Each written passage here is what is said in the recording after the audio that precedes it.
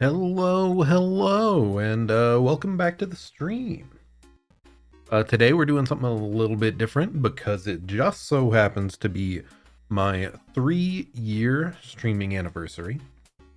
Yeah, kind of crazy to think that I started that long ago. But yeah, here actually let me go up to the top there. Yeah, kind of crazy, huh? Kind of crazy to think we've been around that long. Um, Actually wondering if I take a look at YouTube Studio, if it has like analytics for the overall year. That would be kind of cool to see. How do I shift this to year? Last 365 days. Yeah, there is a way to see that. Cool. But yeah, so we've done a ton of streams this year. Interesting. I see it says I've gained 53 subscribers this year. So we've actually doubled our total subscriber total here. That's pretty sick. Up to, yeah, we hit the 100 mark this year. That is so hype. How many of my videos were this year, I wonder?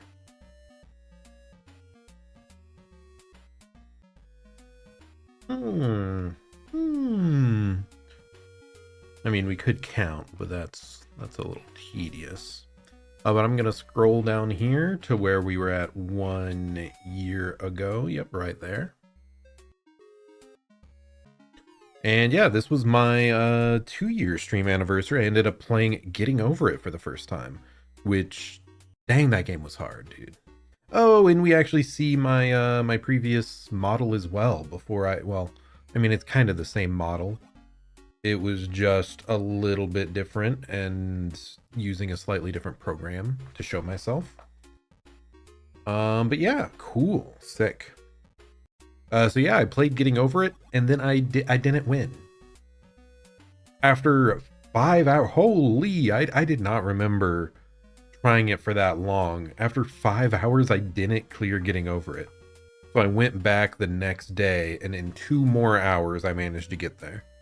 We've done other like marathon streams before in the past. What comes to mind is like beating Radon is a big one. Yeah, beating Radon is a huge one. I think that took us like 9+ hours the first time. What was it called? Only Up, I think, was my first rage game that I played on stream, and I think that took me almost 10 hours as well. So I was expecting to play until I beat Getting Over It, but Getting Over It like actually hurt my hand. Like it was painful. It hurt. It hurt my hand. So the actual game, like I was not expecting that at all. But we did. I'm glad I went back and made it through it all the way to the end. And here, one moment. Let's see. I am going to be. So did that work fine? It seems like it. I am going to be trying to make a tier list here, not of the actual streams, but of the games themselves. So pop that up. Boom, we got a tier list. Am I able to just paste it here or no? No, I will actively have to save each of these. Okay, let's just downloads. Getting Over It.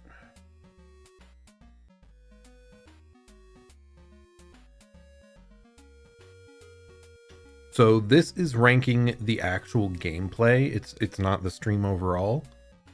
But I am going to put Getting Over It down here at like a D. I was really looking forward to it because, you know, it's like the big rage game, the like most well-known one out there. Because it's kind of one that started it all, started the whole craze of rage games. But I think there are like better formulas out there now. Like for example, yeah, all the other ones, like, I think it was because of the physical pain this one put me through. Like, I can handle the mental anguish of falling down the hill. Let's switch that out. How do I do this?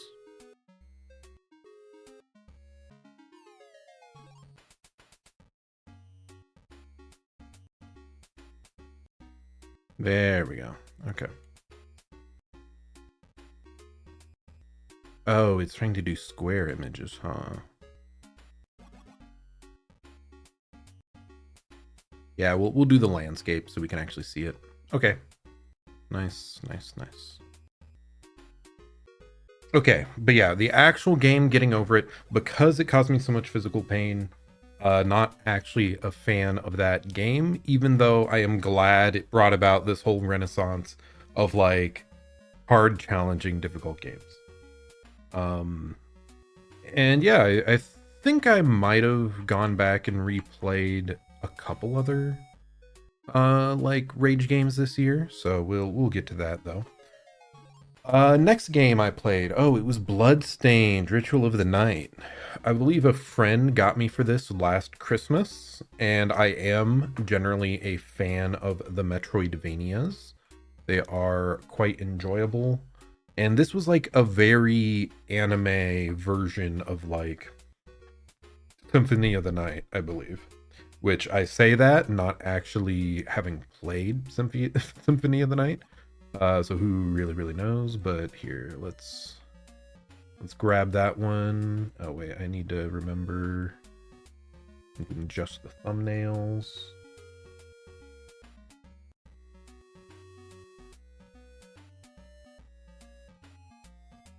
But yeah, this game, I would say overall I enjoyed that one a good amount. It's not like it's far from my favorite Metroidvania, but it was still very much an enjoyable one. So I would put that maybe at a B. Ooh, is it B or is C?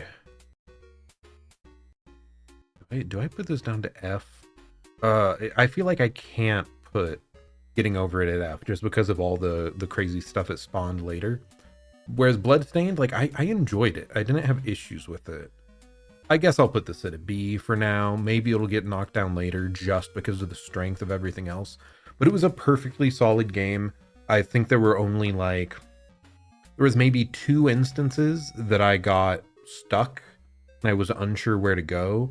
It did not seem natural how you were supposed to find your way to your like next location. But still a fun game. Bloodstained Ritual of the Night.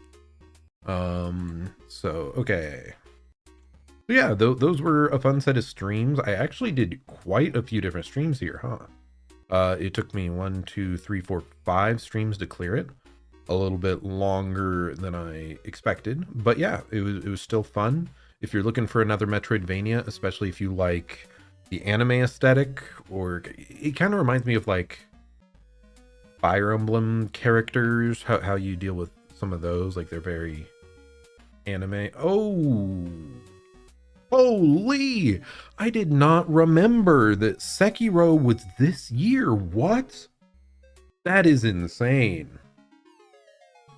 So my year of Souls like games began, I believe, the previous year. Here, I'm just gonna scroll back a little bit.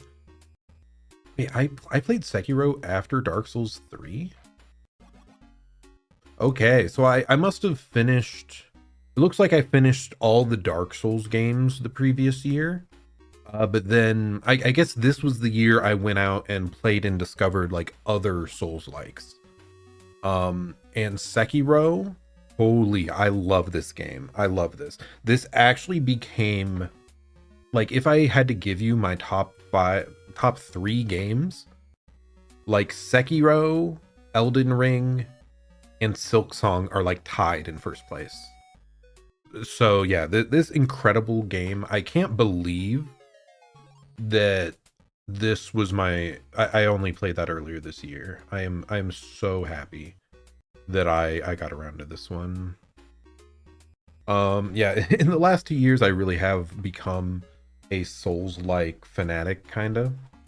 Sekido, there we go. Because yeah, if you had to tell me my favorite game genre at this point, it is Souls-likes. So we got our Sekiro here. That's our first S tier. I love Sekiro, man. Sekiro is extremely good. Extremely good. If you haven't tried it, now I will say, someone that hasn't been introduced perhaps to Souls-likes, I'm not sure I would recommend Sekiro. Maybe give it a shot, give it a try. But it takes a lot for you to get like a feel for the rhythm of the combat in this game. It was maybe, yeah, I just remember when I first tried to play this, I bounced off it pretty hard because I was struggling to deal with even the most basic of enemies. But it really is kind of almost like a rhythm game, in some sense, because you just like bounce, like you have to listen to the sound of their blades and deflect in time with it. It is so sick. I love this game. Hello, Kraten Toasts. Ah, thank you. Yes, this is indeed peak content. Zerzon talking about Zerzon. We love it. We love it here. We're having a great time. I'm just going through reviewing all my streams of the year, and then I am ranking not the streams, but the games themselves in a tier list. So we had Getting Over It at D tier, Bloodstained Ritual of the Night at B tier, and then Sekiro, our first S tier. So, yeah, I couldn't believe, as I said, Sekiro, adore this game. Definitely give it a chance. The combat, it takes a lot to get used to, but if you can, it is so satisfying at the end. And wow, I'm surprised. Our views seem to have climbed quite a bit here towards the end. Oh, it was specifically Demon of Hatred. I guess that's when we got the biggest views on it. Oh, and the final boss showdown. Oh, did I do this in 2 separate streams? Huh. I thought it took me so much longer to deal with that guy. Yeah, it looks like in about 5 hours total is what it took me to beat one of my favorite bosses, the final boss of Sekiro. And then I did 3 more streams on like the hard settings going for the evil ending. So yeah, love this game. Fantastic. Getting Over It, D. I would have put it at F based on gameplay alone. But yes, like it has had such an impact on the streamer genre that like I think it deserves, like if I was to just do on impact, it'd be higher. But like of all the rage games I've played, this is the only one that gave me physical pain. Like my hand, because it's all like mouse control, my hand was like cramping up and I was not able to continue after like 4 or 5 hours, whatever that first stream was. But yes, the quotes are great and all that jazz. Okay. So our next game is, I've actually played a lot of Metroidvanias this year, huh? That's pretty cool. Yeah, next up we have Ender Magnolia, which is the sequel to Ender Lilies. And this one, I remember when I first played Ender Lilies, like, I do really like the gameplay of both of these, and I think Ender Magnolia's kind of polished it a bit more. But like I remember the lore having a way bigger impact on me when I played the first game. Like I don't think this one added that much lore wise to what we already had in the first, but it was still like more of a good game. So I did still very much enjoy this. So Ender Magnolia, let's get that up here. Man, I have too many windows open. I can't be super speedy.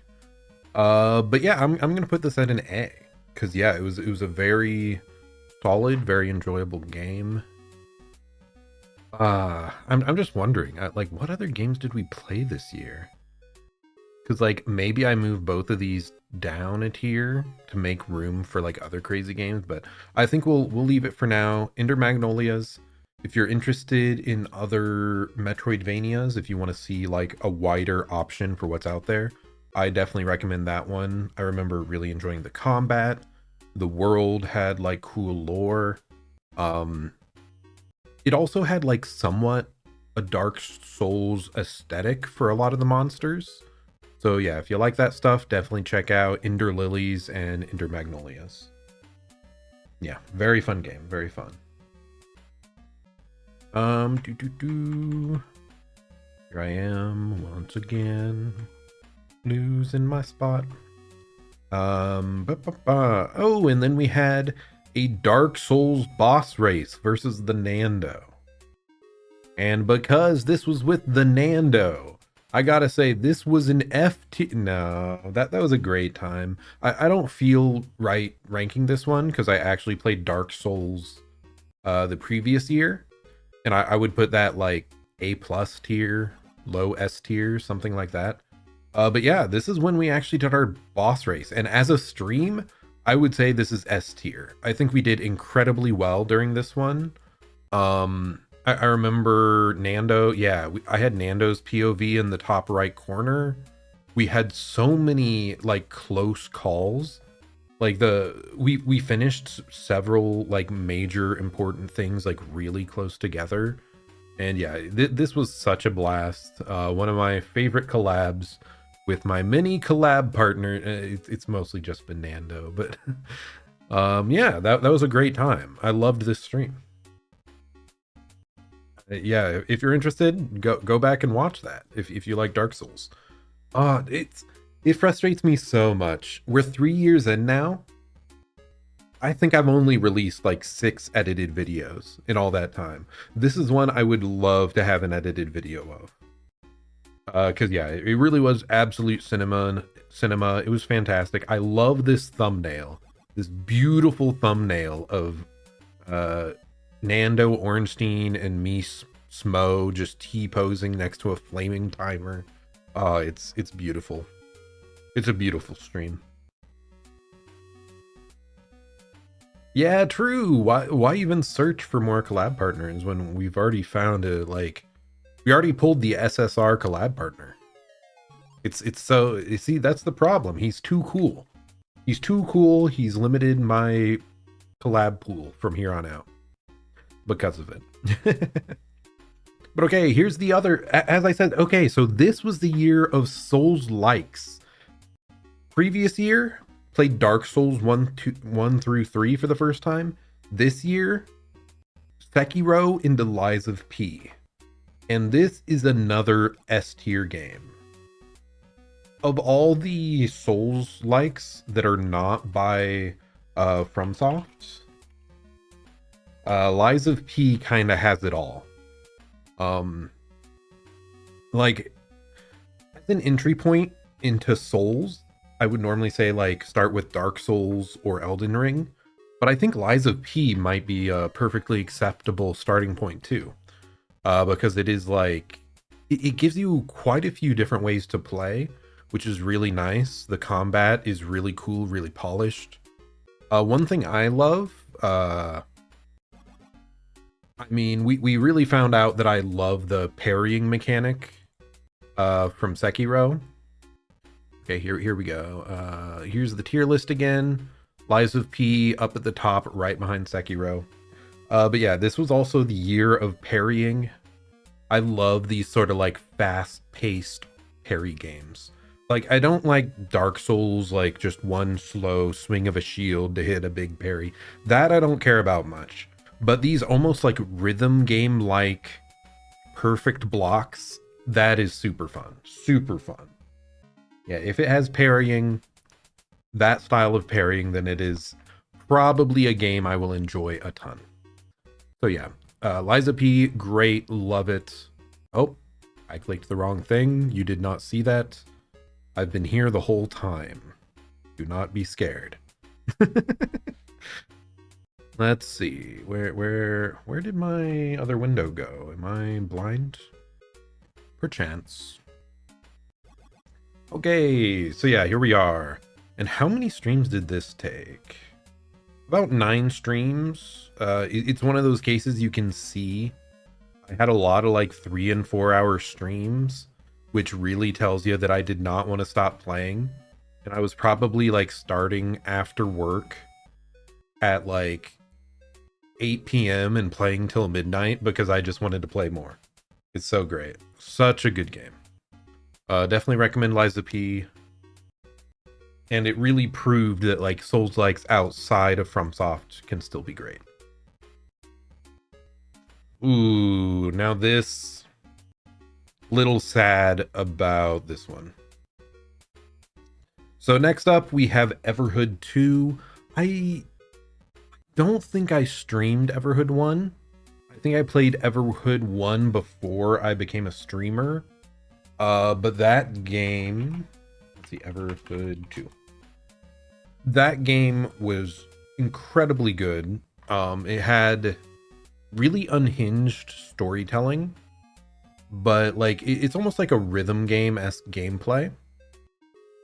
And that can be like it's really satisfying gameplay-wise. But the first game, it had like a moral message that was like really nice. It really like hit home for me.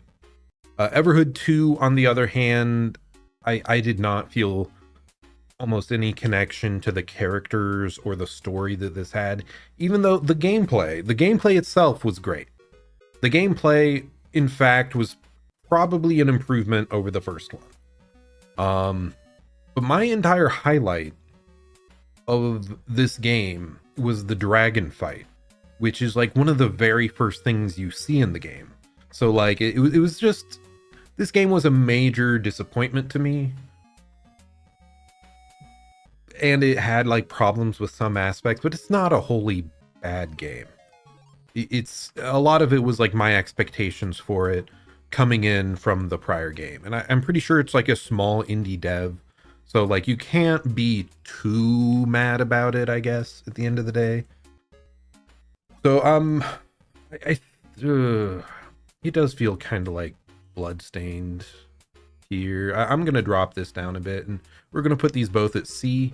The gameplay for this, spectacular. Everything else, I don't know. It wasn't for me. The rest of it wasn't quite for me. My previous scary face is extra janky. Well, it's still messed up, dude. I need to correct my I need to spend time working on the expressions because oh, wrong one.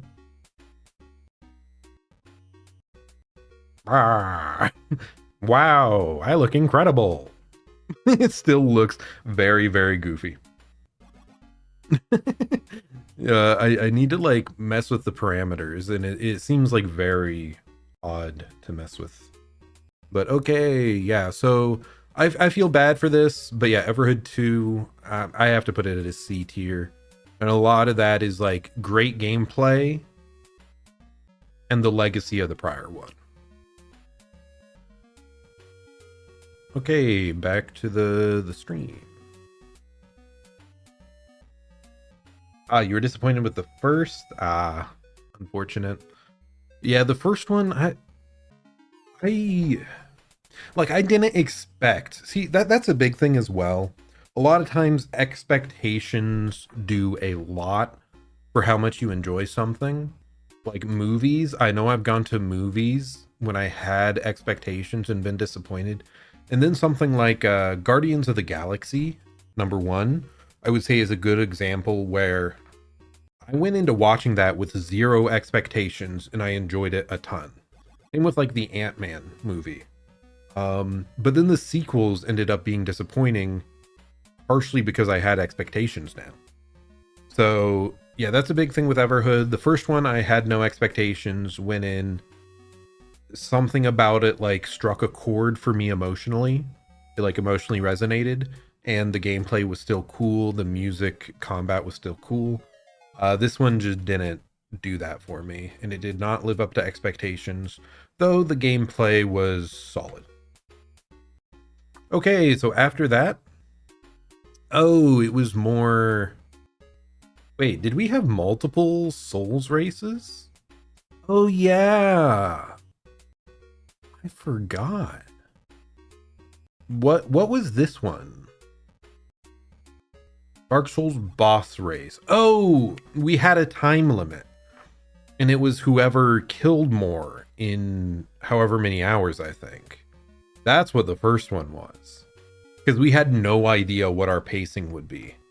And then I think this is the one I remember the most. This is like the absolute cinema one, where we were racing specifically to Ornstein and Smo. And then I think, oh, the 5 hours, I think we went on and like finished the rest of the game after that, which is wild.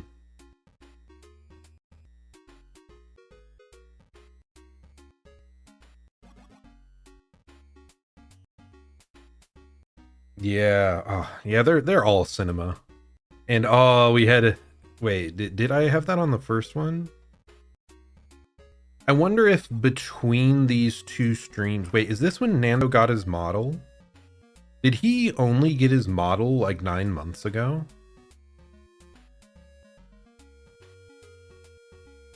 Yeah, because this icon here, it's his old icon.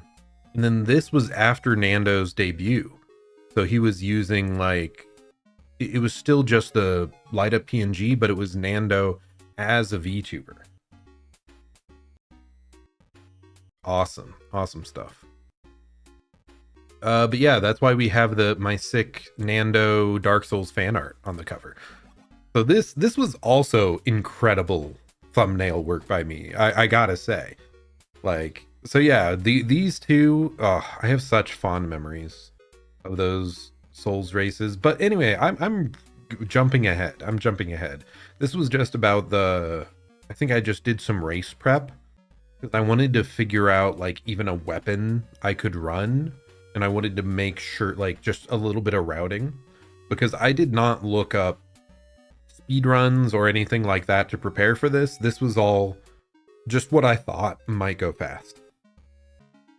So I think I got like the Uchi Katana by killing the shopkeeper, and then I made sure to like get the Ember to level it up, and it was like consistent and good.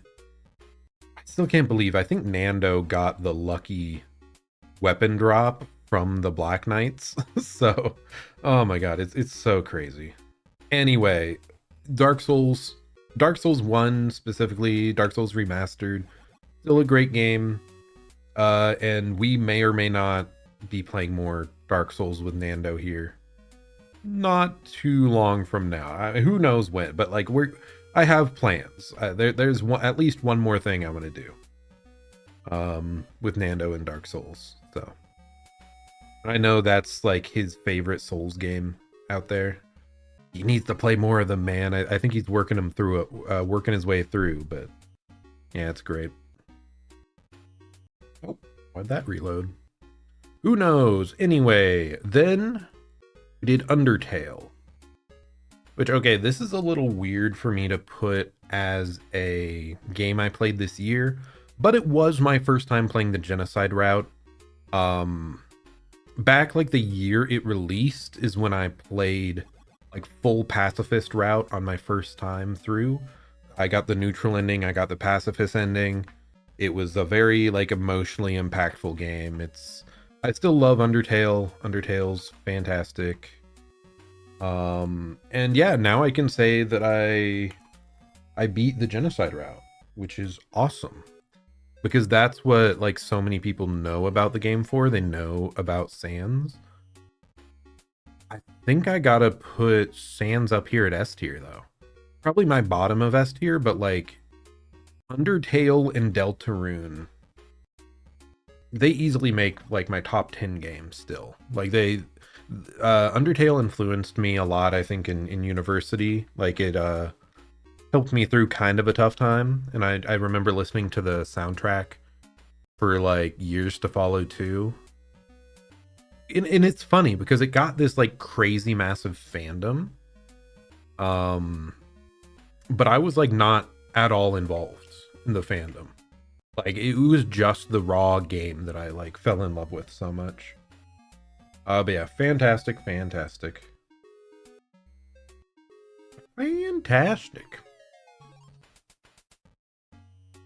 Yeah, I'm so happy that Deltarune, like more and more of that is releasing all the time. And now it's like every single year. I think like the pace is gonna be like a new Deltarune every year. Man, I'm so happy. I'm so happy. I'm so excited for that. And this was partially to prepare me for the Deltarune Chapter 3 and 4 release. Yeah, super good. Very happy. Yeah, the soundtrack's incredible. Incredible. Celeste, I'm not... Can I? Whatever, I'll put it... I'm not gonna put it on this list. It's not really a game I played this year. I've played through it before. I've speedrun through it before. For fun with friends. So this was just like, I didn't know what to do for stream. I decided to just throw it up there and play because it's a game that I do very much like. And again, this one has like great emotion behind it, a great things it's trying to express. So I would put it S tier if I was rating it, but it was not a game I was introduced to this year. Whereas like Undertale, okay, that was a whole new experience doing my first genocide route. So yeah. Anyway, but fantastic though. Oh, nice. Yeah, if I had to like top 10 games, like Celeste is up there for me also. It's cool because it's like it's a precision platformer. So it can get like gruelingly difficult, but if you're just trying to beat the base game, ignore the crazy DLC stuff. I have not finished all that.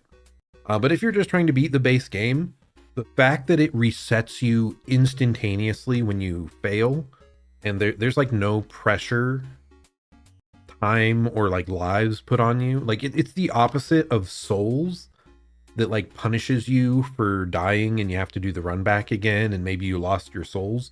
No, this, you have like under a second and boom, you're back in, you're trying that jump again. I love that like gradual feeling of improvement and that quick cycle to just try again and again. Yeah, fantastic game. Even if the crazy DLC stuff was too much for me in the actual like speedrun strats. Then yep, fantastic race. That's probably my actual favorite race against Nando, because oh my gosh, it was just the pinnacle of everything Dark Souls 1, I feel. And then is this when I went back to Elden Ring?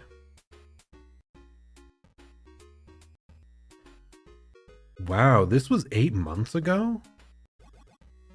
That's crazy to me. Why did I think this was more recent? I mean, I guess it's because I went back and played the DLC really recently. But yeah, I went back to Elden Ring, but this time without summons. Seeing as I spent an entire year playing Souls games, like adding that extra difficulty of not using the like summoning ashes, it was really satisfying to go through Elden Ring again. Damn, this one got views. I think it's just it had a really good title and thumbnail, I suppose. One VTuber against the world. No summons. So sick.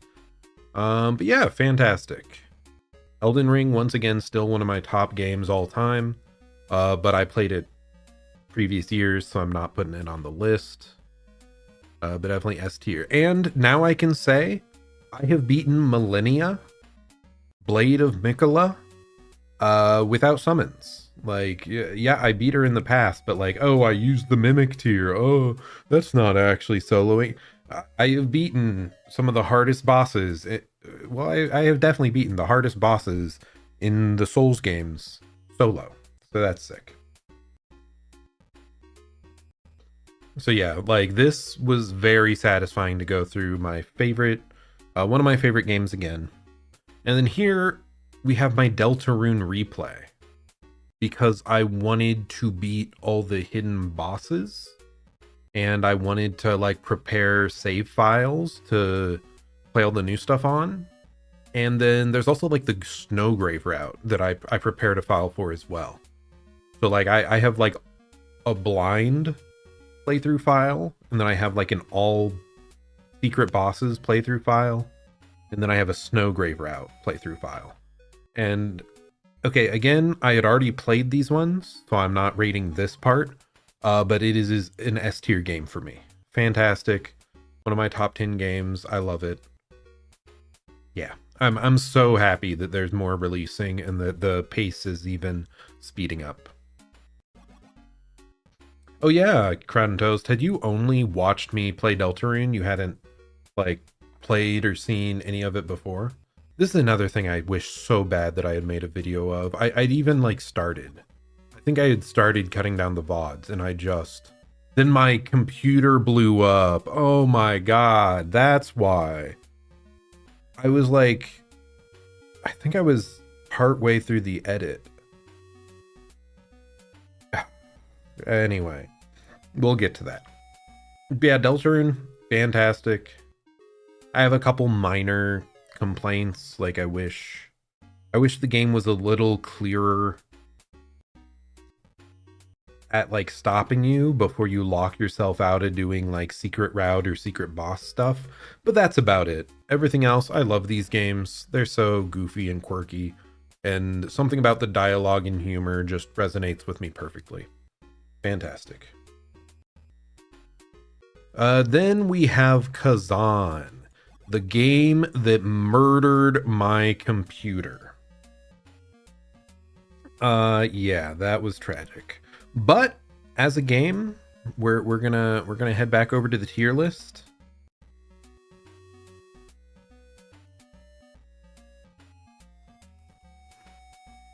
Kazan as a game, I gotta put it at the bottom of S tier. Now this is a deeply flawed game, I will say. Kazan, I don't like how it deals with items. I don't like the story. The story was serviceable. But specifically, just like dropping a bunch of random loot with just different numbers on it, not actually having any effect. Like, I just wish I didn't have to deal with loot at all in this game. And then the level design, like exploring the actual overworld levels, weren't that fun.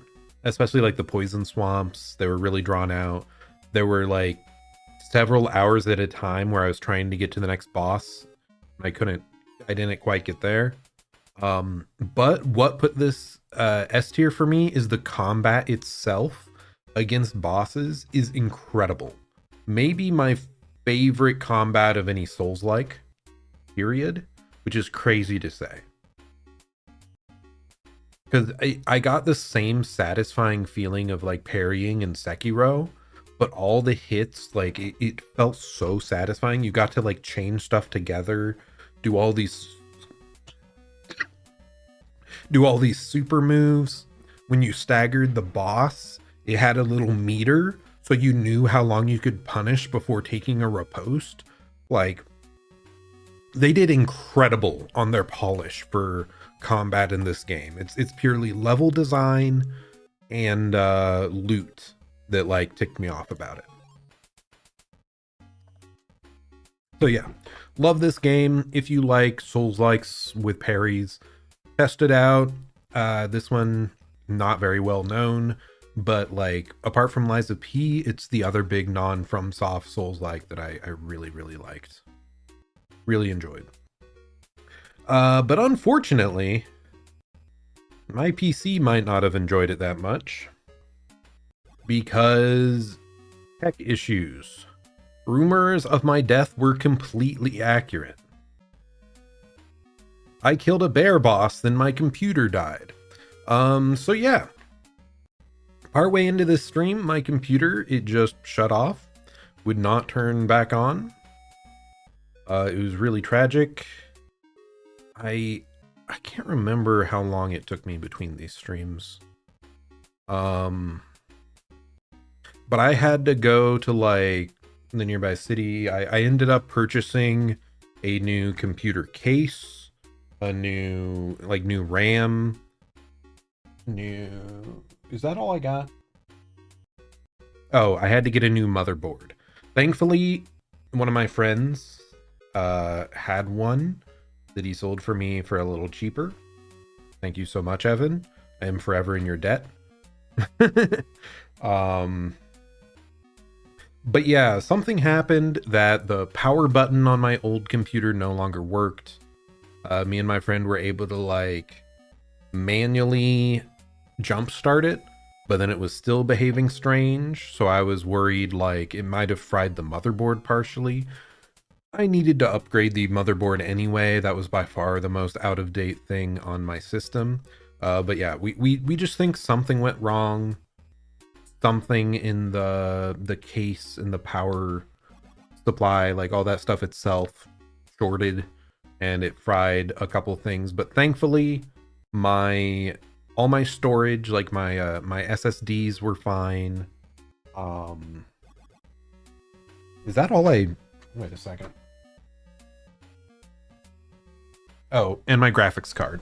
So I think my SSD and my graphics card were like the only things remaining from my old system and replaced everything else. But hey, in a way, sort of a blessing in disguise.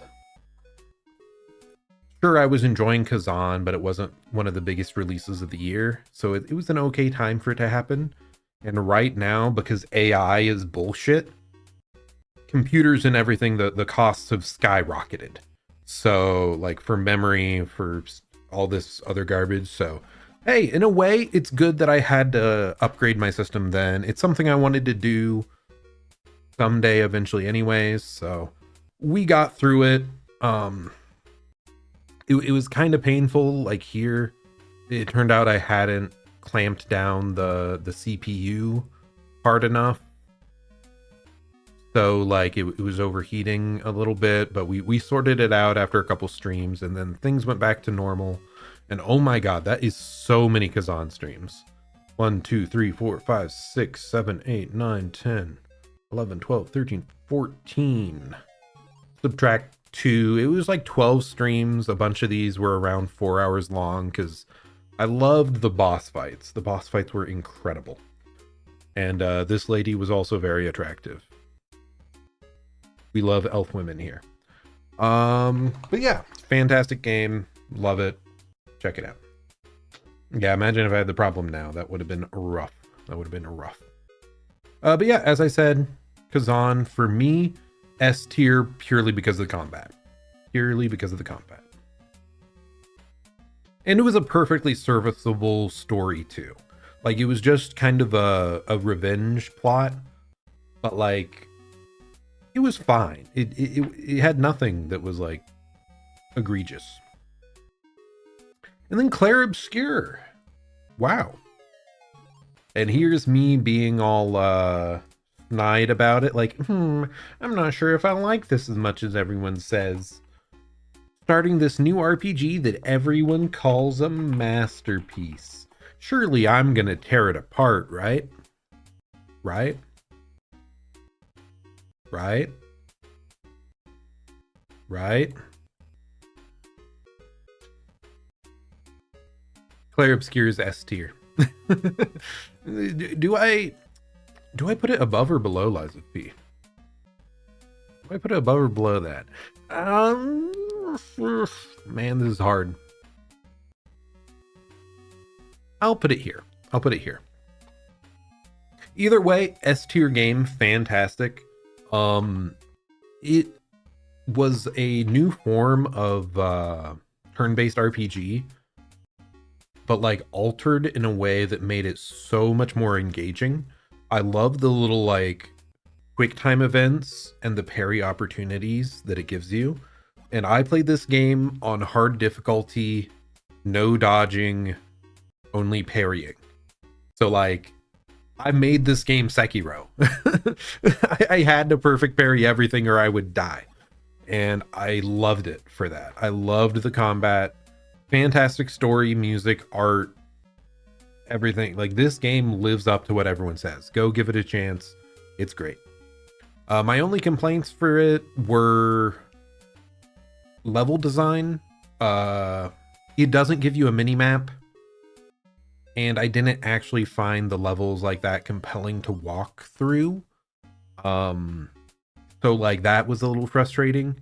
And then in the late game, it doesn't direct you that well towards levels that you can like take on at your level.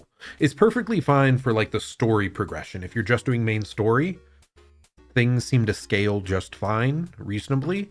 But I tried to go off and do side levels once I beat everything, and like, I would either get blown up or it would be too easy for me. So like, I wished it was easier to tell what you were prepared to face in the post game, quote unquote, I'll say. But still, fantastic game. Love it. I'm glad that it won Game of the Year. I hope this means more games will be created like it, because it really did take turn-based RPG and like moved it into something that I adored. So, what? I think I had one more comment on this. Oh yeah, it is kind of funny. Game that did that type of combat first, Paper Mario. Paper Mario, I think I played Paper Mario Thousand Year Door the previous year. That also has quick time events to make your move stronger, and you can like perfect parry things. It just doesn't use like audio and visuals in quite as precise of a way to make it like incredibly satisfying like Clair Obscur does. But it's like RTX on Paper Mario, and it's fantastic. I love it. Clair Obscur, fantastic. Go play it. It deserved Game of the Year. I'm so happy that it won that. Please give us more. And I guess there is a DLC. Maybe I should go back to that at some point. But I think it's something I'm more likely to play off stream, especially because there was a bunch of stuff that was, like I said, the leveling seemed uncertain. So like, maybe I would need to grind some. Oh my goodness. I remember doing this. I marathoned the entirety of Deltarune Chapter 3 and 4 in like one night. Like on the release night. There we go. Game was fantastic. This was my blind playthrough. I did not face the secret bosses. It took me, holy, how much was that? 9 hours plus 6, like 15 hours. And I took like a half-hour break or a 1 hour break to like eat dinner in between. Holy, I was obsessed. Did I take a day off of work for that? I think I might have. I think that might, I'm not sure. It might have been on a Friday, and I'm like, I'm calling off work and I'm grinding this game. And it was totally worth it. That game slaps. It's great. I love it. Love Deltarune. Yep. So good, so good.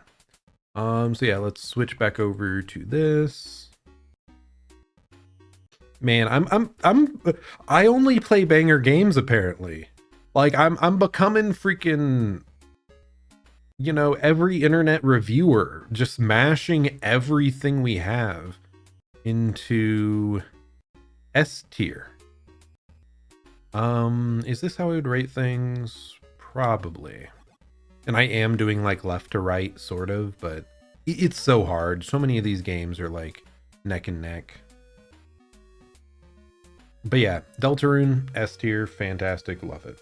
Yeah, maybe I need to have SSR rank. I don't know. Nah, like, if anything, I should bump a couple things down to A maybe, but I can't. It's fine. This is my arbitrary personal tier list. You know, it doesn't have to be correct. Who cares? We're going off my feelings. As long as I'm happy with it, we're good. We're good. Yeah, Deltarune, fantastic. Love that game. So good. Yeah, this year specifically, I felt targeted. I felt targeted by some of these game releases. And I guess Clair Obscur is one I didn't expect. But yeah, it was an incredible year for gaming. Incredible year for gaming. Like, everything else may have gone to shit, but it doesn't matter. Like, because for me, because so much of my life is gaming, and gaming was fantastic this year. So fantastic. Okay. And yeah, then I went back through and replayed with killing all the secret bosses and then doing the Snowgrave route, kinda, so that I have save files prepared for this upcoming year.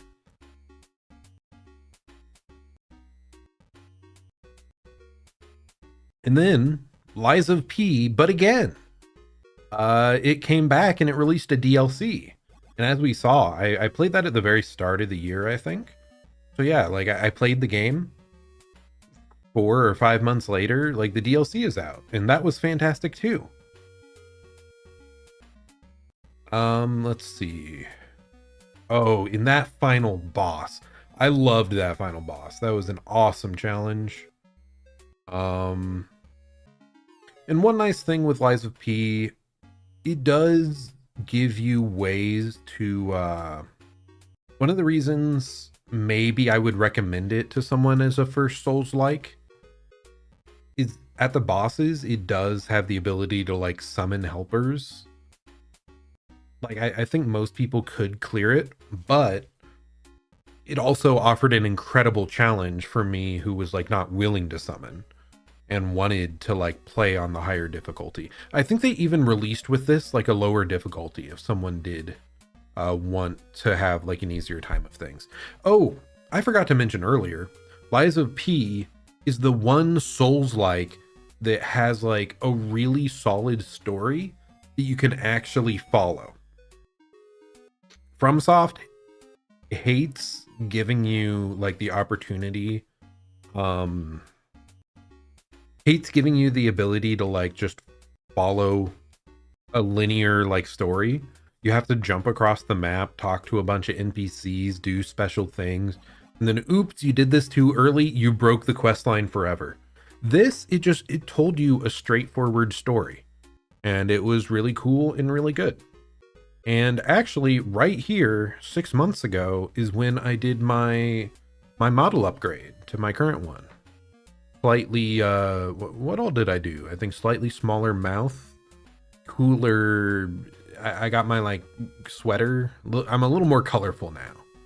A little more colorful, new app to track me, all that stuff. I think it served us pretty well. I think it was serviceable.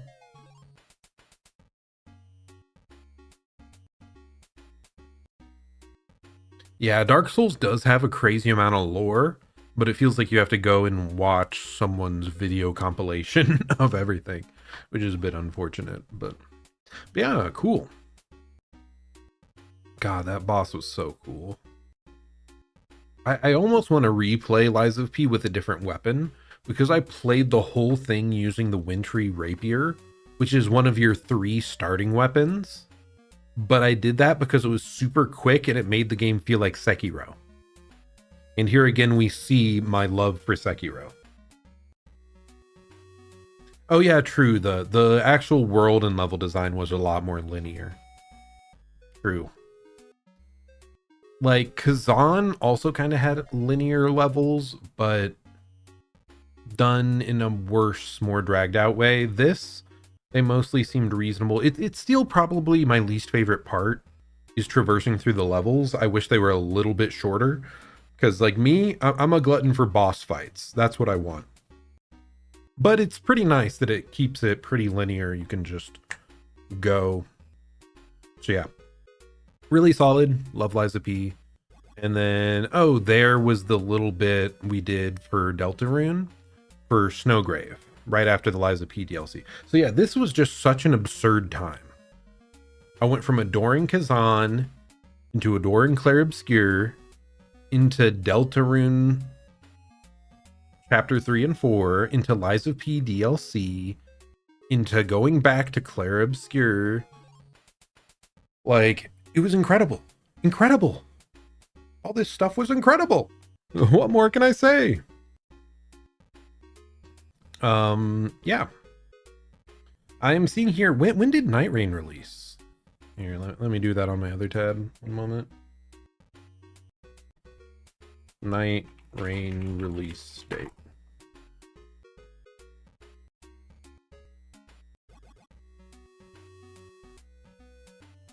May 30th, 2025. Did I miss a stream of me playing this? Oh, it was down here. Okay, yeah, I did skip over this in the middle of all the Clair Obscur. We get to talk about Night Rain. Night Rain, I started it on launch day, and I bounced off hard. I was trying to play the game solo, and it is really punishing as a player new to Night Rain. Like because there's a time limit on everything. There's like closing circles. You have to explore the map. You got to fight all these bosses.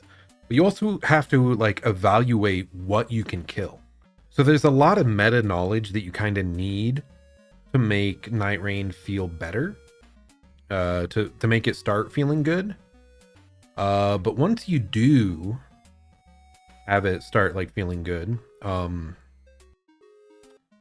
it becomes an S tier game. Who could have guessed? Oh my god. So yeah, I had a really unfortunate like starting experience with it. Like I said, but it is overall like now it's a game that I can play Dark Souls combat. I can play Elden Ring combat with friends. It's been like my best friend game of the year. And I love it. I'm so happy that they released Night Rain. I'm pretty sad that the development on it, I believe, is like kind of ending here. Because it wasn't really planned to be a... It's not like a League of Legends that there's going to be updates forevermore. I think they mostly did like what they wanted to. But still, fantastic game. Love it, love it. Very, very good. Oh yeah, and you were playing Blueprints, man. That's another game from the last year I need to play. There's so much. It's been a crazy year, man. Crazy year. So yeah, while I struggled a lot on that day one, like just play with people until you figure it out. They also patched the game so that solo is a lot more forgiving now. You get like extra experience and you get like extra revives and stuff. So yeah, they fixed a lot of my initial frustration, and the game is very good. I love it. And then here's me trying to protect Nando, who is dead. I do remember this was my stream with my biggest technical fuck up of the year, because about half of it, my screen was in the wrong aspect ratio. So people could only see like 60% of my video. And then Crowd and Toast popped in. He's like, I think your video's messed up, man. So like only the second half of the stream had it, but who cares? Who cares? I think Nando enjoyed it. I think we had a fun time, even if it was kind of breakneck. It's a hard game to start, man. It's a lot of info. It can be very overwhelming. But I hope you enjoyed it, and I definitely have had a lot of fun with Night Rain.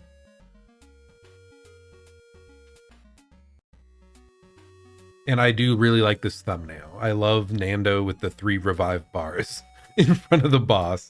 It's very funny. And this was 5 hours long.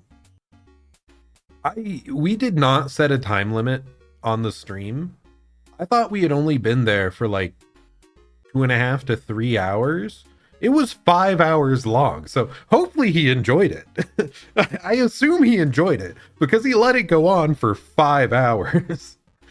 And we did get a couple people from Nando's chat to pop in. Actually, it might have just been one guy, but he was very helpful. Thank you to that guy.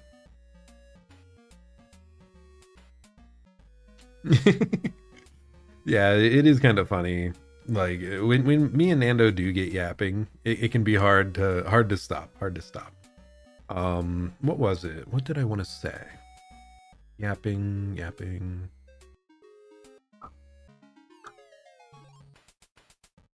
I had something to say about that.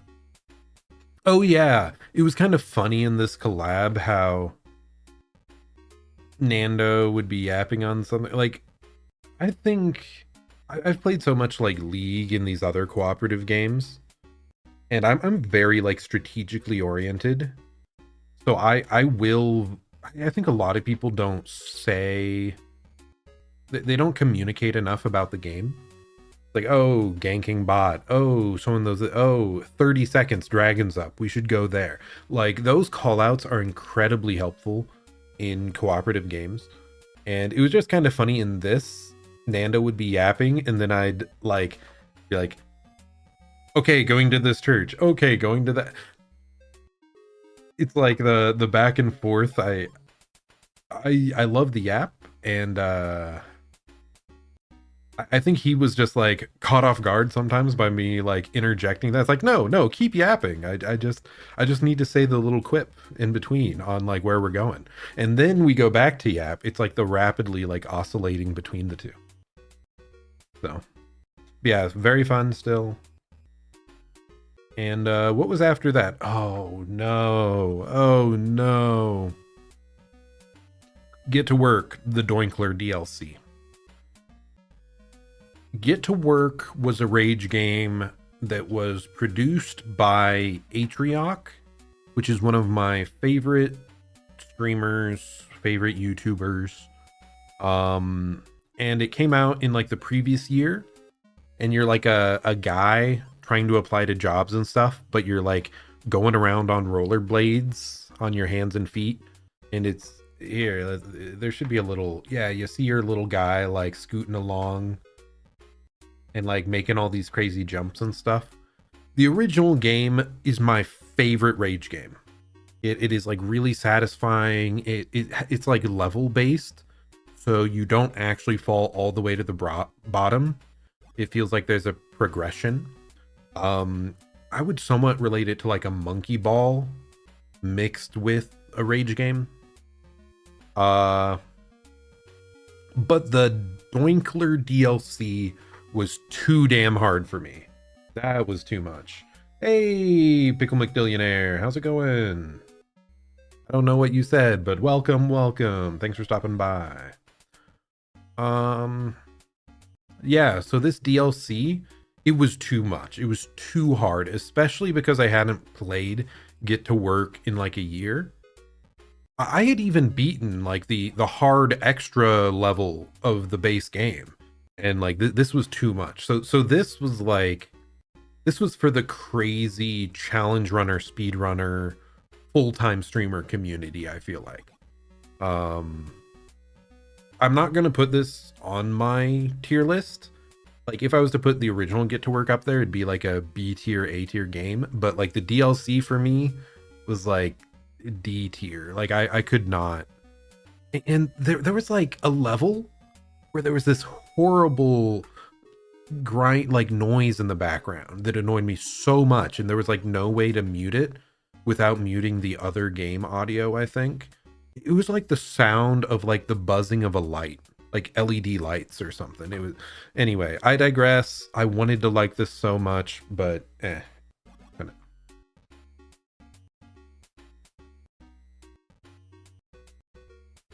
okay, what else do we got here? It's my 1 per year Dead by Daylight stream, because freaking Freddy Fazbear got added to the game. Dead by Daylight is one of my most played PvP games of all time. Probably after League of Legends and Hearthstone, it's probably Dead by Daylight. because about like 5 years ago I started playing in it, and I played it for like 3 years straight. A lot of my earliest streams as well were Dead by Daylight, because I was like, what if I can become a Dead by Daylight content creator? I love this game.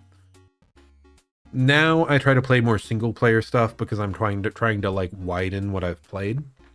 But yeah, still a fun game. I still enjoy it. I just can't put that much time into these like PvP games. And it's insane, like some of the characters they've pulled, freaking Freddy Fazbear. Yeah, cool collab character stuff there. Oh no. Well, then we have my Night Rain birthday bash. Just me playing Night Rain for 3 hours, and that's about it. And then we have the favorite on the channel that everybody loves. Everybody adores this game. We have Shadow Labyrinth, which is a Metroidvania game based in the Pac-Man universe. It's a crazy premise, and it released like I think the release date was literally my birthday. So I was kind of excited for this game. I mean, we know how much I like Metroidvanias, like Hollow Knight, one of my favorite games all time. We have Bloodstained up here. Do we have something else? I mean, I just original Metroids, like one of my childhood games series. So yeah, Pack Souls, as we called this affectionately. I think the chat wants it up here at S rank. Do you think it's higher than Sekiro?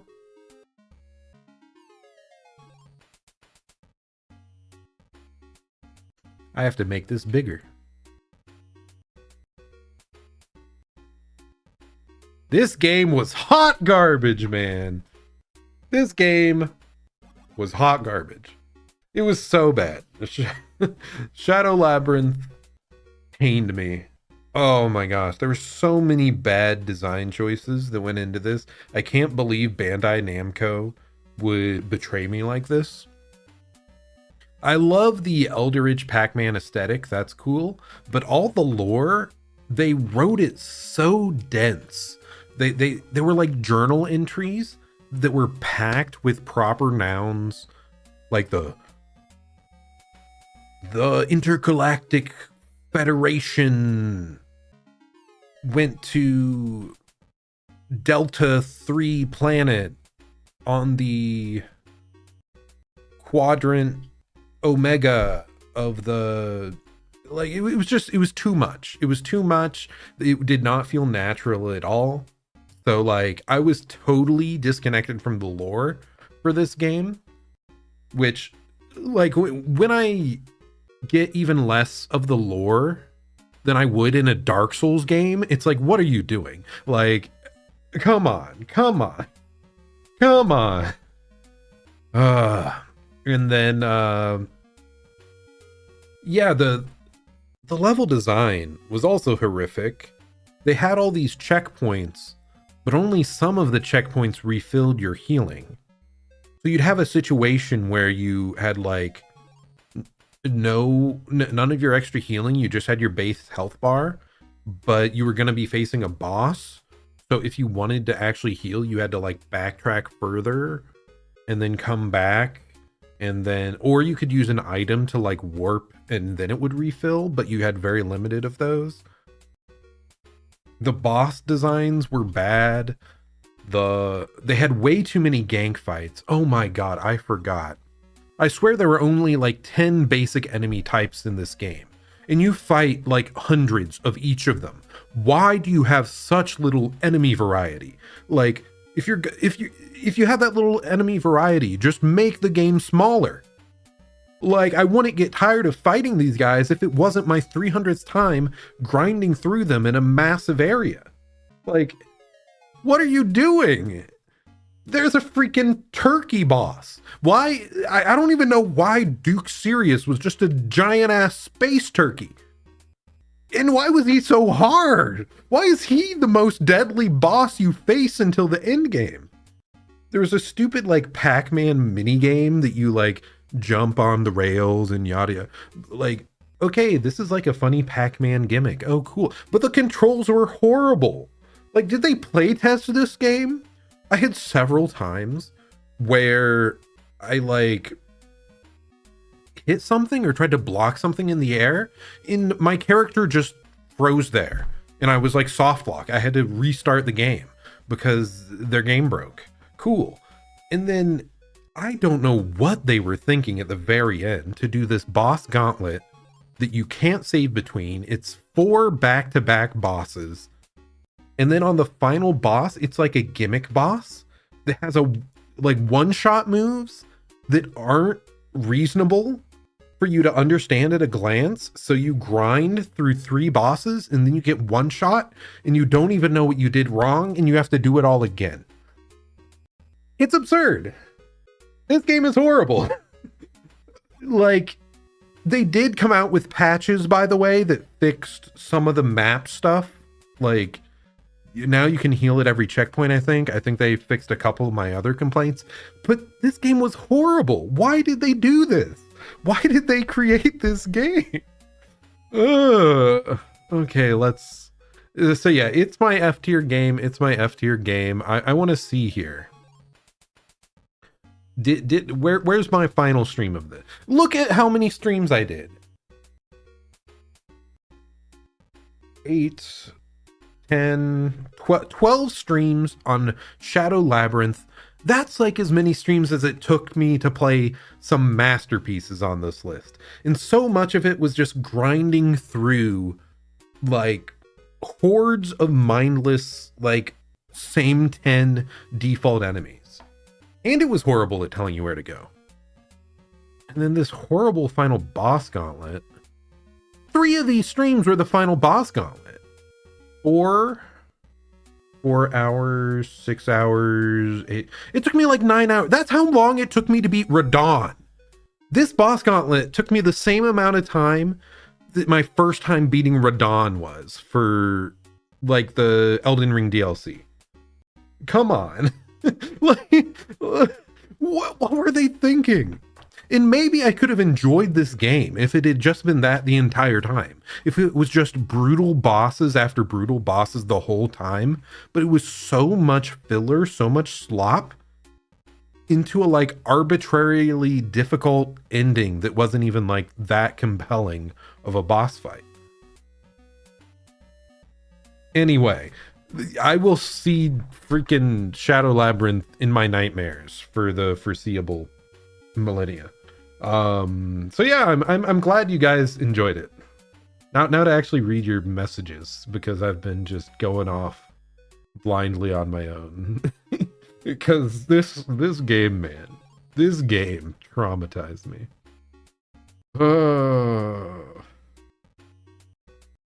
Yeah. Oh god, there was a tutorial right at the end, wasn't there? They did so many things badly. Yeah, it's like the stupid labyrinths you had to go through. Every single time it was like, press the space to jump as the stupid puck. And it told you that every single one. What are they doing? Oh yeah, it was when I grappled. That's what it was. It's like when I got hit at the end of a grapple, I think it froze. So yeah. Anyway, Pack Souls, as you can see, it's down there at the very bottom, F tier. Horrible game. I'm not promising anything. As we know, it's been 3 years now. I've only come out with like 6, 8 videos, something like that.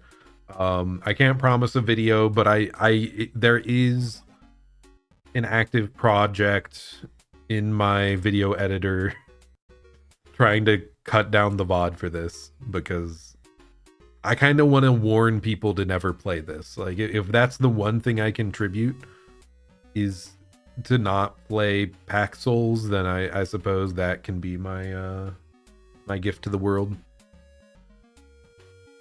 Okay. Next game, Sea of Stars DLC.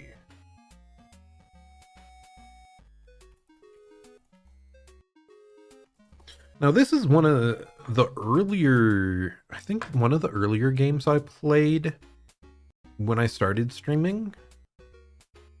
Or maybe it was like early in my second year of streaming. Either way, this is an RPG made by the same people that did The Messenger. I love the art, I love the music, it's a really cool world, I love the combat. It kind of has the Paper Mario-esque.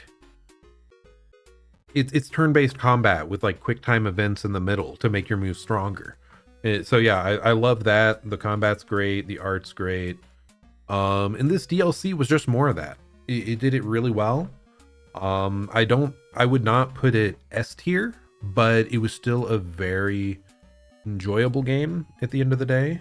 I think I put it's either A or B tier for the Sea of Stars DLC. I would say A. Like the base game, I had like minor complaints about maybe how the story was told or like the pacing of it. But the DLC specifically, I don't think had any issues. It was very much its own standalone thing. I was glad that it had like separate leveling kind of and like separate move sets, so I could come back after all this time and just jump back in and relearn it really naturally. They did an excellent job on the DLC. So Sea of Stars DLC was great. If you like cutesy like RPG games, like if you like the art style, definitely check it out. It is pretty long though, so it could take a while. But especially if you like the Paper Mario Thousand Year Door style gameplay, like where you do like little quick time event type things to power up your moves. Very fun, very fun. And I feel like they polished that variety of combat in such a good way. It was very satisfying. A Hollow Knight. Oh yeah. Because Silksong was about to release, I think I heard the release date. Did they say it was releasing in 2 weeks or 2 months? Like, what was the deadline that they gave us when they actually told us the Silksong release date? It was pretty short. 2 weeks. So yeah, it was like 2 weeks until it released. And I'm like, okay, I need to warm up for this stuff. We're playing Hollow Knight God Home DLC, which is the 3rd DLC for Hollow Knight, and it is just all the bosses. It's like a bunch of boss gauntlets back to back to back, and then the final Pantheon 5, is like every boss in the game in a row. And yeah, that was incredibly fun, incredibly satisfying. I also did a bunch of like no-hit runs. The God Home also included the Hall of the Gods, which just let you like practice individual bosses and go for like no-hit records on them, and it like lights up and all that garbage. But yeah, I loved this. I loved the Hollow Knight God Home DLC. It's exactly the type of challenge that I enjoy doing in games. Kind of like Sekiro also lets you like refight bosses super easily. I really like when games do that. Because if I was to say one negative for Elden Ring, is that it's a pretty hard game to replay. Because you have to like traverse so much of the world, and a lot of the like smithing stones and like key items are like kind of hard to remember if you aren't looking at a guide at where they're available. And it's like, I just want to fight the bosses again, man. Just let me fight the bosses. So so the fact that Hollow Knight has a special mode for that like elevates it, they give you all these awesome ways to like refight the bosses in a new way. Like, that's great. So I'm gonna put S tier Hollow Knight God Home DLC, because that is something that was like new to me this year. I had not tried any of those Pantheons. Yeah, I do think a lot of games like this is, I want so many more games to have this. Like Silksong, I thought about speedrunning Silk Song earlier this year. If I had more free time, maybe I would have. If there weren't all these other games I wanted to play, maybe I would have. But I was like trying to find, like, you have to mod or use like save files to get it to where you can like get back to bosses to re-challenge them a bunch to practice. Like, I don't want to deal with that.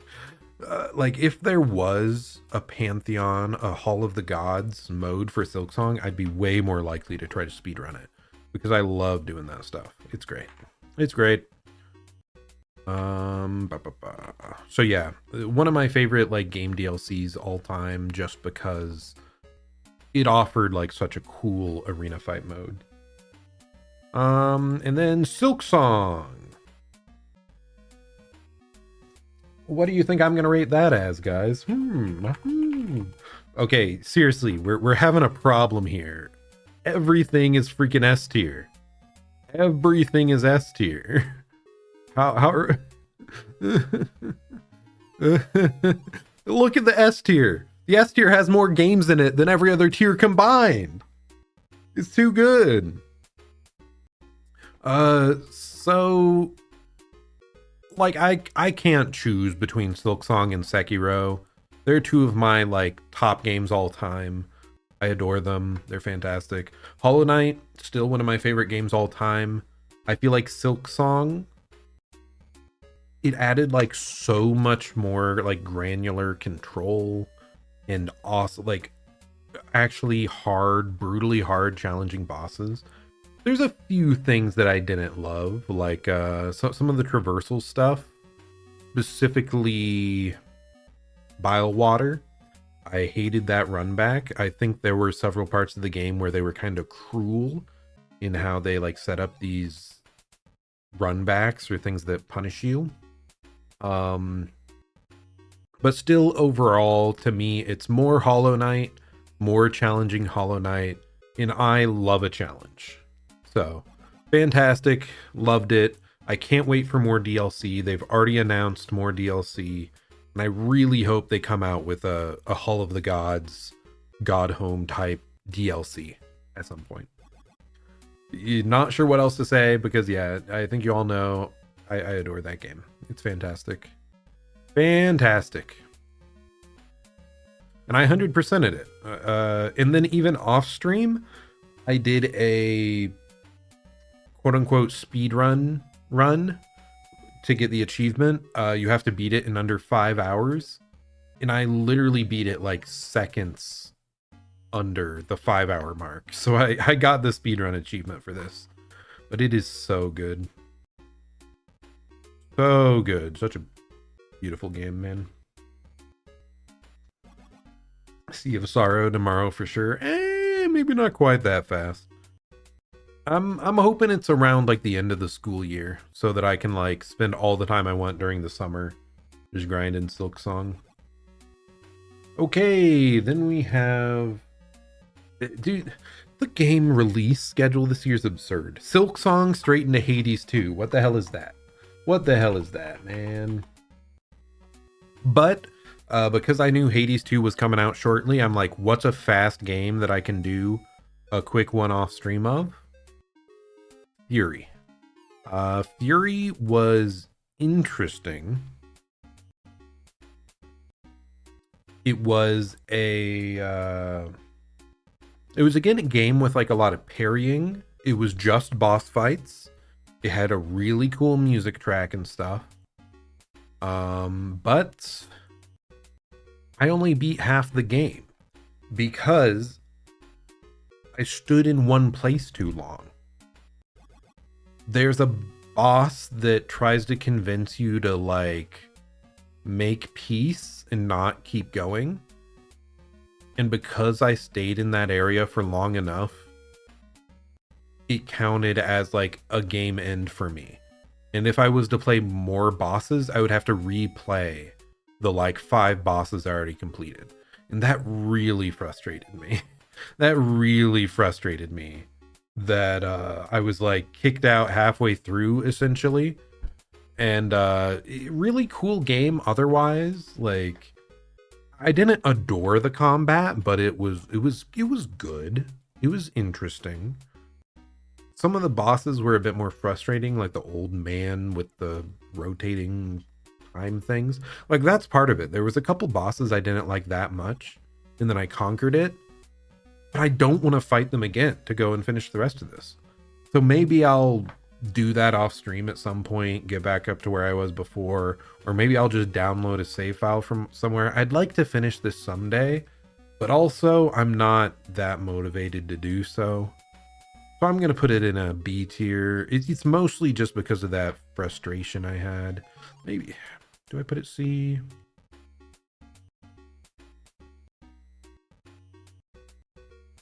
God, that was just so frustrating. But like the music and the art and all that stuff was really, really good. The combat was interesting. I'll leave it be. It's fine. We'll leave it be. It just frustrated me a lot. I wanted to yeah, I wanted to like it so much more, but that one experience really put me off of it. I really hate it when devs like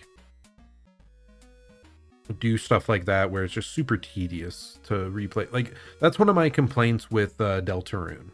It's just I love that game so much that I was willing to do all these extra runs to get the hard bosses. But like it's kind of frustrating that you have to do that. You have to start over.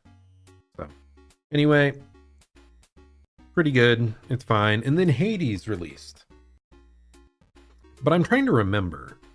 I don't know if I was like really burnt out at this time or what. Hades 2. But I was not super feeling this while I was streaming. Not nearly as much as I thought, because I adored Hades 1, and Hades 2 as well is really, really good. I think part of the issue is this game has like an early access, and I played everything I could on the initial release and then like dropped it until everything came out. But I think I experienced too much of this game on my like first time around.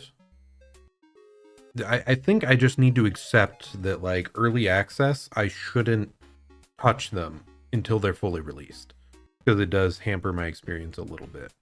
But Hades 2 is still a fantastic game. I still really, really enjoy it. Would I put it? I kind of have to put it S tier still. Like I don't think the issues I had with this game were because of the game. It's because I was like burnt out with my job. Like just at work, I was generally like very tired around this time. I was like just kinda down on streaming at the time too. I was just very mentally drained. So I did play a lot more of this off stream kind of during my like mental recovery period to build back up my energy, and it's a very fun game still. And I think it just polished the original Hades. I think there's a lot more builds that you can do. That was like one of my sort of complaints with the first game, is there was like a lot of variance in how strong skills were. Whereas this, I think there's a lot more worthwhile builds you can go for. And like almost all the weapons were fun too. Yeah, really good. S tier. Every game I always play is S tier.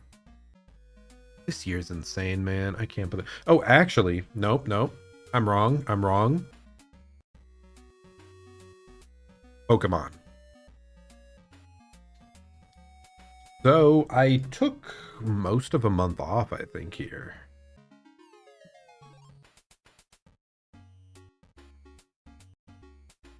Or maybe I took like 2 weeks off. I'm not sure.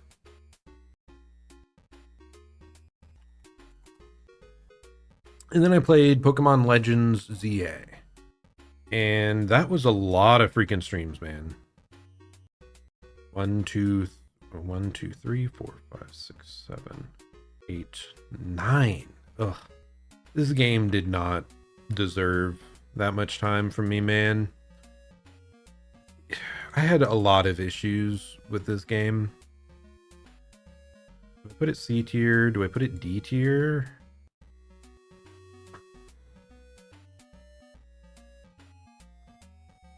Man, this is hard. I might put it D tier. I did not. I'm like a Pokemon fan. I'm a pretty big. I like Pokemon a good amount. Like Pokemon Emerald Gen 3 was like the game of my childhood. I liked Platinum. I was just really disappointed with Pokemon Legends EA. They had such an absurdly long tutorial section. The tutorials seemed to last for freaking 4 hours of gameplay or something. Maybe my favorite thing of this game was like the actual character designs and like the characters themselves. But I don't think the quests or stories surrounding them were that compelling either. The actual gameplay as well, this real-time lock-on gameplay did not feel very polished. It was really frustrating to like use a move and then it like clips a lamppost and like phases out of existence. It felt like, yeah, having to hold down the lock-on the whole time to attack was frustrating. Like there weren't even, they just added like mega Pokemon, I think, to this. I don't think there were any other new Pokemon. I think it was all megas, which I'm not the hugest fan of mega Pokemon. I care more about like new evolutions or regional variants. I like that stuff more. But even then, like megas, why did they release like multiple variants of Pokemon that already had megas? Like they added like 2 versions of Raichu, and they added a second version of Lucario. Like, there's so many Pokemon out there that could use a mega. Why not just give more Pokemon megas? It's I don't know. And the game was so focused on megas, but if you were fighting in battle, once you mega'd something, you couldn't switch to something else to also mega until that first Pokemon like expired their mega or died. Like, it was a core mechanic of the game was mega evolution, and it felt super jank to switch between multiple mega Pokemon. So like I was just disappointed at almost every turn on this. And the city itself, everything was set in one single city, which I think would have been fine if the city varied a lot from section to section, like visually. But it was, so much of it was like the same totally flat, boring building look. So yeah, I was very disappointed in this game. I'm glad, like my favorite thing of this was just like shiny hunting. And that says almost nothing about the game itself. So yeah, disappointed in this game. I'm glad Pokemon Company is like trying more types of games, but like I feel like there could have been more polish here. What was it? I watched Nimi Nightmare play a little bit of Vampire the Masquerade recently, and just seeing the background city of that, like this is a old game. Like that city, each building had more distinction than freaking modern Pokemon. Like, come on. Like, you can add like freaking a bakery. You can just add individual unique buildings. Like, come on. It frustrated me. So yeah, I have a lot to say about this one, Pokemon ZA, but I just, Pokemon has such a fond, like, I have such a fond image of Pokemon because of growing up with it, and I just wish they would do more good things with it. Like, what is it? Pokemon XD is supposed to be added to Virtual Console at some point. That's an old Pokemon game I really liked. It was on the GameCube. I hope to play that here. I want to see if it holds up today or not. But it had some, like, more unique things that I thought were cool. Anyway, enough Pokemon rambling. Resident Evil 2. Oh yeah, this was Halloween. It was my Halloween game.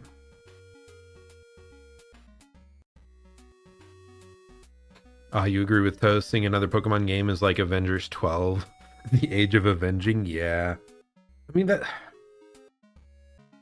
I guess what frustrates me a lot with Pokemon is I feel like they've found cool things they can do with Pokemon.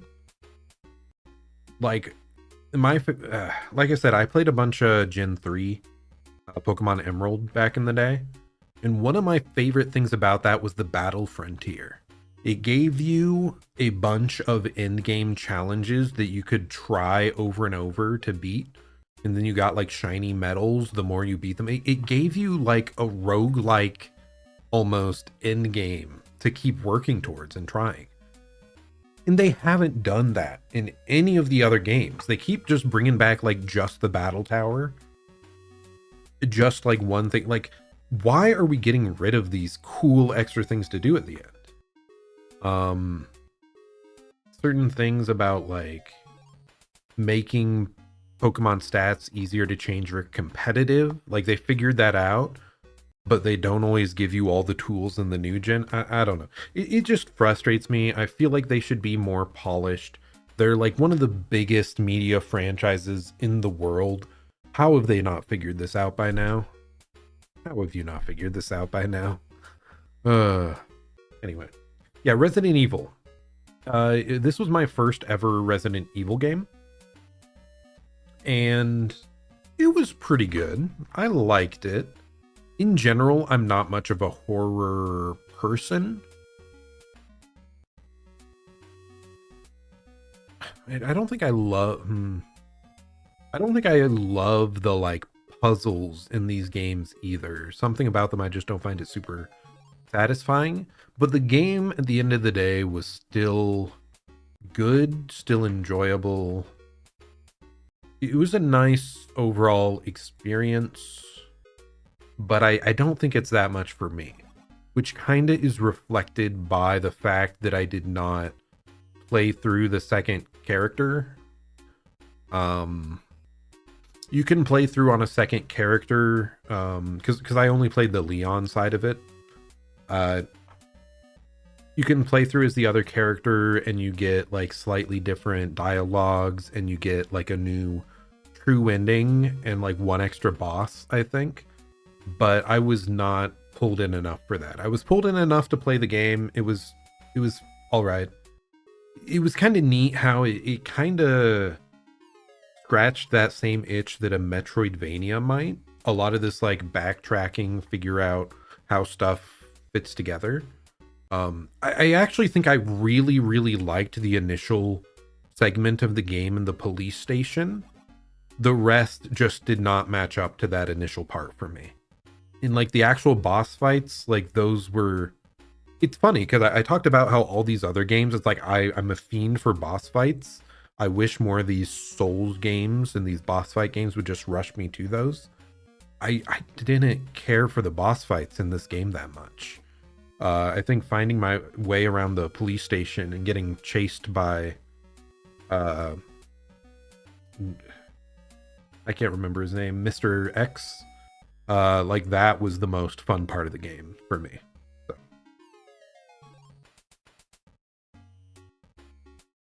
Oh yeah, Pokemon Mystery Dungeon. That was good. That was very fun. Yeah, I know Pokemon could do so much more. So. But yeah, Resident Evil, it was all right. I just think it's not quite for me. So I guess I'm putting it in B. Yeah, I think I enjoyed the actual gameplay stuff of Fury more personally. I just had that one thing I hated. So I don't know. It's hard. It's hard. Hard decision. I know some people love that series, but... And I'm glad. I'm very glad that I played it. I'm glad that I like sort of challenged myself with it. And maybe I would be interested in a future, like a different Resident Evil game. I think I've heard the gameplay changes from Resident Evil to Resident Evil. Some of them are like more action movie like, do more like, I should at least try them out. Like maybe on a future Halloween I'll try another one. Not sure. Now I don't feel good about rating Trails in the Sky yet. I don't think I can rate this because I am still in the prologue. 10 hours in, but I'm still in the prologue. Thus far, I like the characters and the gameplay's starting to grow on me. There's a lot of info to figure out, a lot of stuff I'm trying to figure out, but it's fun. It's a nice RPG that takes a hell of a lot of time to do anything. But it's super cool just how in-depth a lot of the interactions in the world can be. Like you can keep talking to the same NPCs over and over and then go do a different quest, talk to them again, and you can like build rapport and learn more about them over and over and over. Like it's incredible how much attention to detail they have in that sense. So that's really cool. Fun game thus far, but I'm not going to rank it because I have not seen enough of the game. Elden Ring DLC No Summons. Love it. Fantastic. Still one of my favorite games all time. And again, I'm very happy that I went back and I can say I've beaten them all without summons. Like I've beaten Radon, no summons. I think I might have fought it for a couple hours there, so it only took me like 4 hours overall. Really cool. Very happy with what I've done there. Elden Ring's another game that I'm thinking maybe I should actually try doing a speed run, or I've seen Little Aggie. He's like my favorite Elden Ring or Souls-like content creator. He does these like randomizer speed runs. That looks so fun. I would just need to figure out the route, but then you just face random bosses with like random stuff that's available. You might see more Elden Ring in the future is all I'm saying. Maybe I just do like a randomizer run. It doesn't have to be a speed run, but I want to play more Elden Ring in the future. I mean, the Elden Ring randomizer speedruns he did, his record was like 1 hour and 5 minutes. Like when you actually know where to go and what to do, it's kind of crazy. I think they also have some settings that let them like bypass some more tedious things, but yeah, it's cool. So yeah, I'm not quite sure yet, but definitely want to do something there.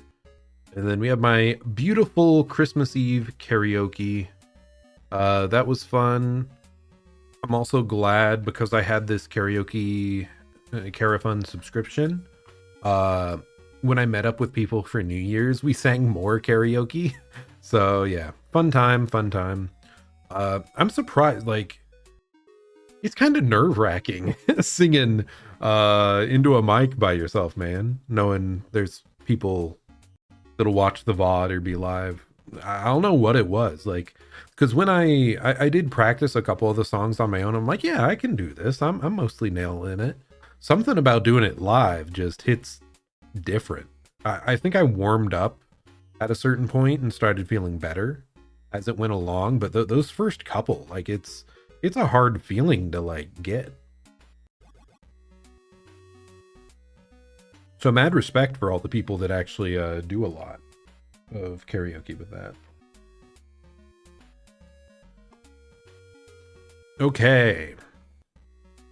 And then we have my most recent streams. These were so fun, man. So fun. Metal Gear. Now, this is another series that I'd known for ages. And like, like I knew it was iconic. And I knew I had to get around to playing it eventually. But I was not expecting just how cinematic it was, just how absurd some of the game mechanics were, just how ridiculous some of the character interactions ended up being. this was a blast. I'm very happy to have ended the year with this. I'm glad I did the funny little codec video thing. I think that added a lot. So yeah, I'm gonna put this A tier. I can't believe this game was from 1998, I believe is what it was. So yeah, I'll definitely be playing more Metal Gear in the upcoming months at some point. I have other games that I'm wanting to play sooner than that. But yeah, I'll definitely be playing more Metal Gear. God, it was so it was so fun, man. And then I also had friends watching that are big fans of the series and said they really enjoyed watching me play it. So that added a lot of extra satisfaction out of it. I'm very happy to have played that. Like I can't even say like what brought me into this one definitely wasn't the gameplay. I don't think I'm trying to think if any of the gameplay was particularly fun, but like everything else, all the gimmicks, all like I was just surprised at every turn. So it's like it's the overall experience brought this up so much. So yeah, I'm excited to play more. I'm excited to see more in the future for that. And that brings us to the very top. Now, there are a couple more things that I can look at here, I think. Okay, yeah, overall I've only done 8 videos. See what I said about Dead by Daylight? I did 3 Dead by Daylight videos. Way back then. Oh, this current stream? Well, I mean, I was ranking the games, not the actual streams, but yes, this is an S tier stream because we have such lovely viewers in the audience, you know. We got all the greats showing up out of the woodwork. But yeah, so it looks like I released 3 videos this year and they were all Hollow Knight. And I got my first ever 1K view video. And it didn't even include my freaking VTuber at all. It was purely Hollow Knight gameplay. So yeah, this is what I was talking about, the Hollow Knight DLC.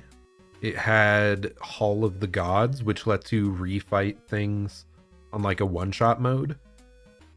So yeah, the Nightmare King Grimm, I think I fought this really well. Like I found out formulaically a way to deal with it really, really well.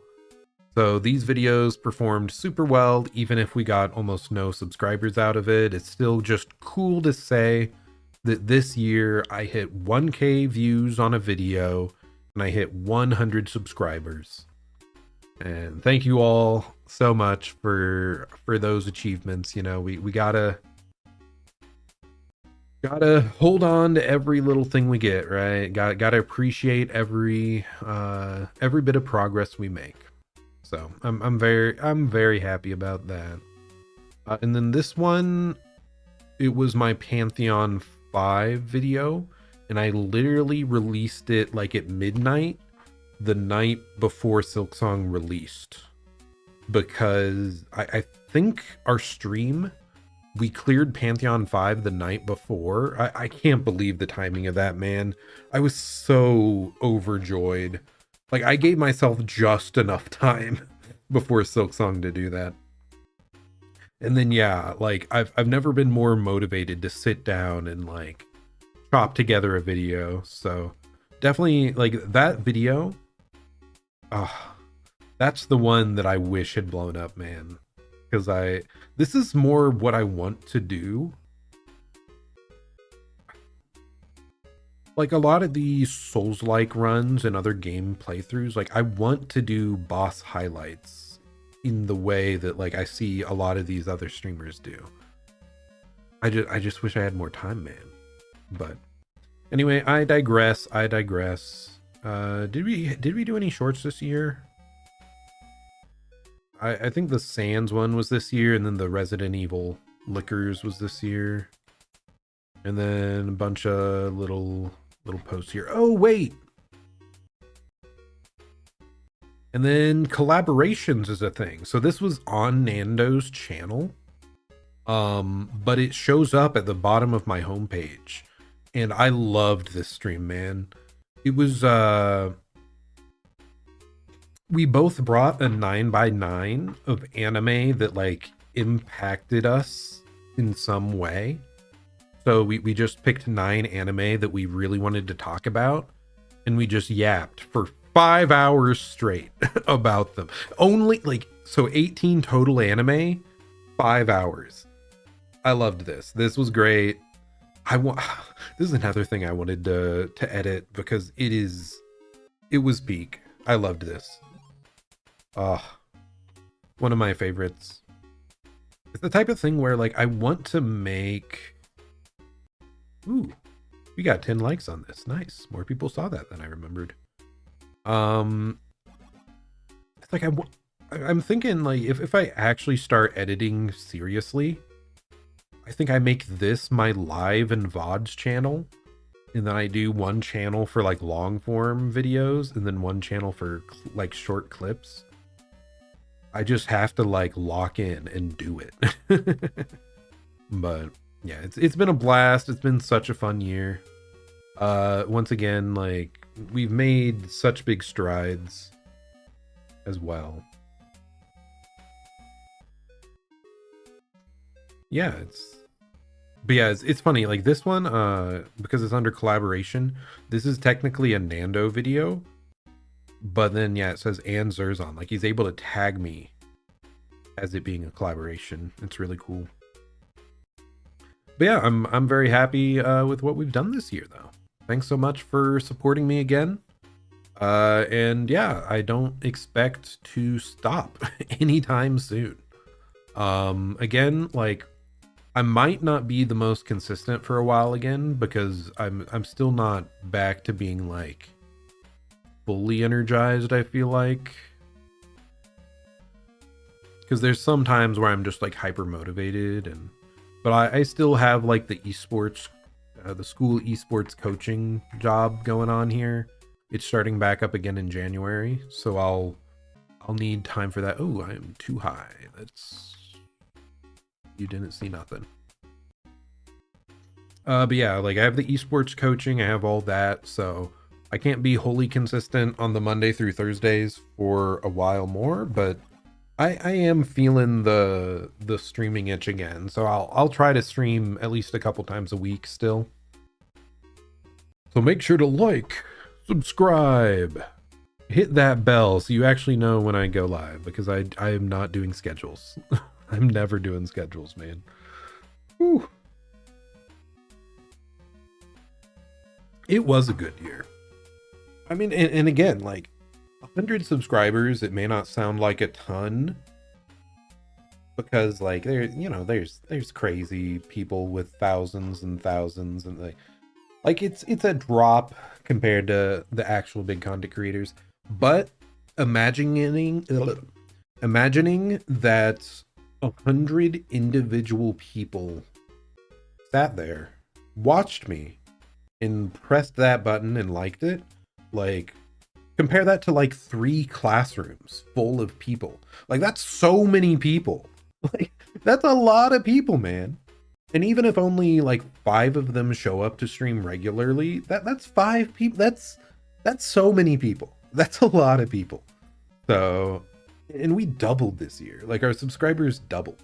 So, man, it's like I sometimes, have to like, check my method of thinking. Like it's like, nah, man, like don't compare yourself to those other people. Like being on Twitter, you post something, it gets 9 views, 0 likes, 0 comments. I'm like, but that was a banger. There's so many people out there with similar responses or lesser reactions. Like you just see the few people that blow up. So at the end of the day, as long as I'm enjoying it, as long as I'm having fun, which I definitely am, and I get to share my enjoyment of these things with other people, so at the end of the day, it is totally worth it. As long as I, just take a break when I do need a break. What game will make me rage like no tomorrow in this year? I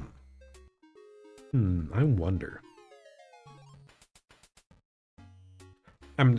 Like, it's probably a game that I don't currently know exists. Because, like, upcoming games I'm wanting to play is Metroid Prime 4, another Crab's Treasure I want to play. I swear there was something else. Oh, more Trails. Man, if anyone convinces me to play Deadlock again, that'll be the game that makes me rage.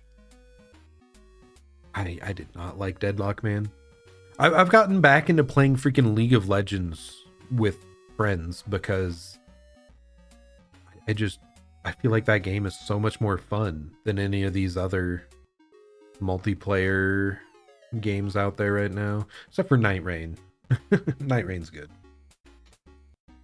But okay, I think I've maybe run out of talking points now. So thank you so much for stopping by and hanging out again.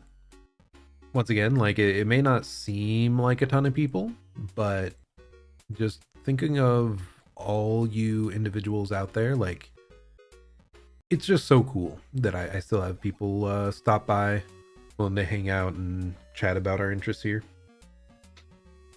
No, no, I'm not playing League of Legends on stream unless I'm collaborating with someone.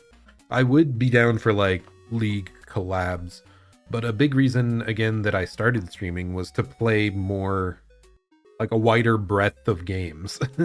Like, multiplayer slop is what I'll play off stream, mostly. Man. If I became a full-time streamer, then maybe there would be League of Legends streams. Oh no, is that a threat? But that's the thing. It's like it takes too much time. Too much time. Way too much. I love the feeling of, like, grinding a ranked ladder, but it comes at the cost of everything else. Whew. Yeah, good luck with that. Good luck with that, man. How many? What was it? Yeah, I was watching Little Aggie stream recently, and he talked about when he went full time. I think it was when he had like 200 average viewers, concurrent viewers.